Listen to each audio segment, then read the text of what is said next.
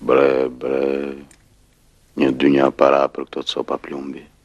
Janë Flori, e shkuar Floririt të shkronja, o birë. Me to do të shkruet gjua jonë. Do të bëjmë shumë libra.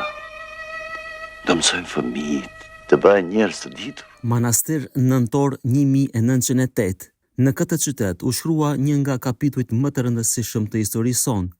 Për herë të parë, delegatët shqiptar u mblodhën për të unifikuar alfabetin shqip, një hap që i dha kombit ton zërin e vet të qartë.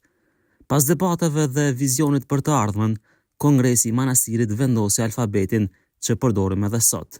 Gjergj Fishta, kryetari i Komisionit për Alfabetin, ai mbrojti fort alfabetin latin, duke e quajtur më të përshtatshëm për gjuhën shqipe dhe orientimin perëndimor të kombit.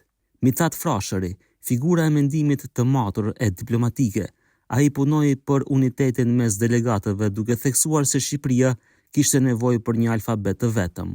Ndrem Jeda, gjuhëtar i shkëlqyer, argumentet e tij shkencore për fonetikën shqipe patën ndikim të madh në vendimarrje. Parasheve Qiriazi, e vetmja grua delegate, zëri i arsimit dhe i vajzave shqiptare, ajo mbrojti idenë se alfabeti i ri duhet të jetë i thjeshtë dhe i unifikuar për shkollat shqipe.